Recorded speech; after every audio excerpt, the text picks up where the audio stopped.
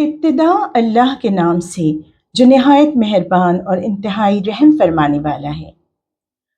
اگر کہیں اللہ لوگوں کے ساتھ برا معاملہ کرنے میں بھی اتنی ہی جلدی کرتا جتنی وہ دنیا کی بھلائی مانگنے میں جلدی کرتے ہیں تو ان کی مہلت عمل کبھی کی ختم کر دی گئی ہوتی۔ اس لیے ہم ان لوگوں کو جو ہم سے ملنے کی توقع نہیں رکھتے ان کی سرکشی میں بھٹکنے کے لیے چھوٹ دے دیتے ہیں۔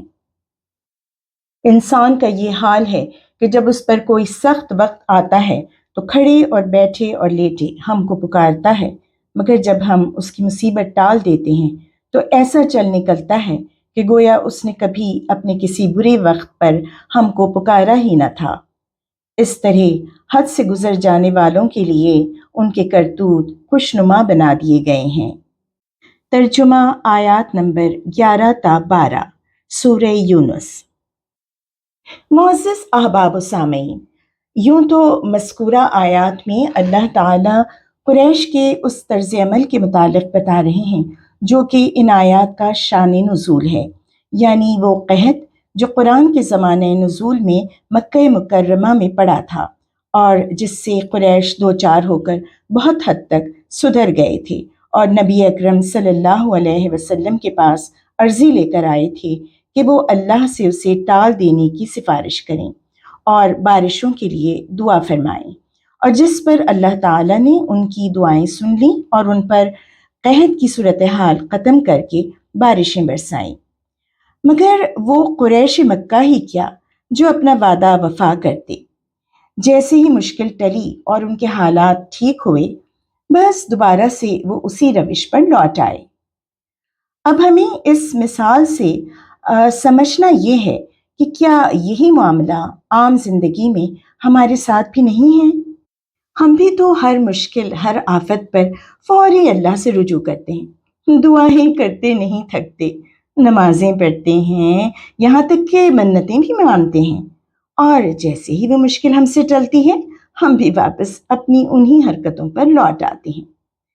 دنیا کی اسی لالچ و ہرس نے انسان کو جس طرح بے حس اور خود غرض بنا دیا ہے، جس طرح سرکشی میں مبتلا کر دیا ہے، اسی کا ذکر یہاں اس آیت میں اللہ تعالیٰ کرتے ہیں۔ قریش مکہ کا کہنا تھا کہ جس عذاب سے ہمیں ڈرایا جا رہا ہے وہ آخر آ کیوں نہیں جاتا؟ کچھ یاد آیا؟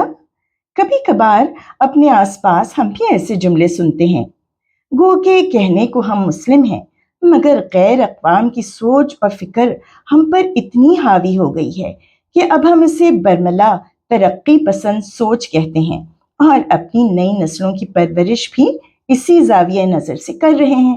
نتیجتاً نہ صرف اپنے بلکہ اپنی آئندہ نسلوں کے گناہوں کا بوجھ بھی خود ہی ڈھوئیں گے۔ خیر، یہ بات تو برسبیل تذکرہ تھی۔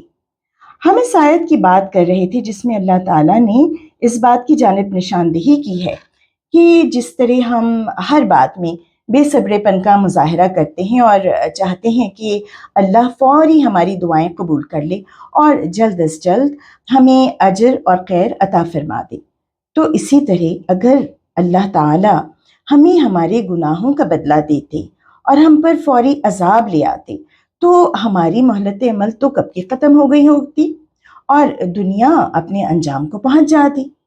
مگر یہ اللہ تعالیٰ کا طریقہ نہیں، وہ انسان کو سنبھلنے سدھرنے کا بھرپور موقع دیتے ہیں، اور پھر جب اس کے باوجود انسانی رویے میں کوئی تبدیلی نہیں آتی تب بھی وہ سرکشی کے باوجود سزا کو ٹالتے رہتے ہیں، یہاں تک کہ اس انسان کے لیے رحم کی کوئی گنجائش باقی نہ رہے۔ یہ اللہ رب العزت کی کوئی مجبوری نہیں بلکہ بے پناہ رحم و کرم اور انصاف کی انتہا کا تقاضا ہے۔ مگر ہم اس بات کو سمجھنے اور سنبھل جانے کی بجائے مزید نڈر ہو جاتے ہیں، اور ایک وقت آتا ہے کہ ہمیں اپنے برے اعمال بھی اچھے لگنے لگتے ہیں۔ گناہ کرتے کرتے ہم ان گناہوں کے اتنے عادی ہو جاتے ہیں کہ پھر وہ جو دل کے کسی کونے میں ایک ہلکی سی کسک باقی تھی نا، وہ بھی مٹ جاتی ہے اور ہم کھل کے بدعمالیوں پر اتر آتے ہیں، بلکہ اپنے کرتوت بڑے فخر سے بیان کرتے ہوئے یہ بھول جاتے ہیں کہ ایک ذات ہے جو یہ سب دیکھ بھی رہی ہے اور درج بھی کر رہی ہے، اور جب ہمارے پاپوں کا گھڑا بھر جائے گا تو رسی کھینچ لی جائے گی۔ دعا ہے کہ اس مہلت عمل کے ختم ہونے سے پہلے پہلے ہمیں ہوش آ جائے اور ہم اپنی اس روش کو درست کر لیں۔ الہی آمین۔ اللہ ہمارا حامی و ناصر ہو۔ اللہ نگہبان۔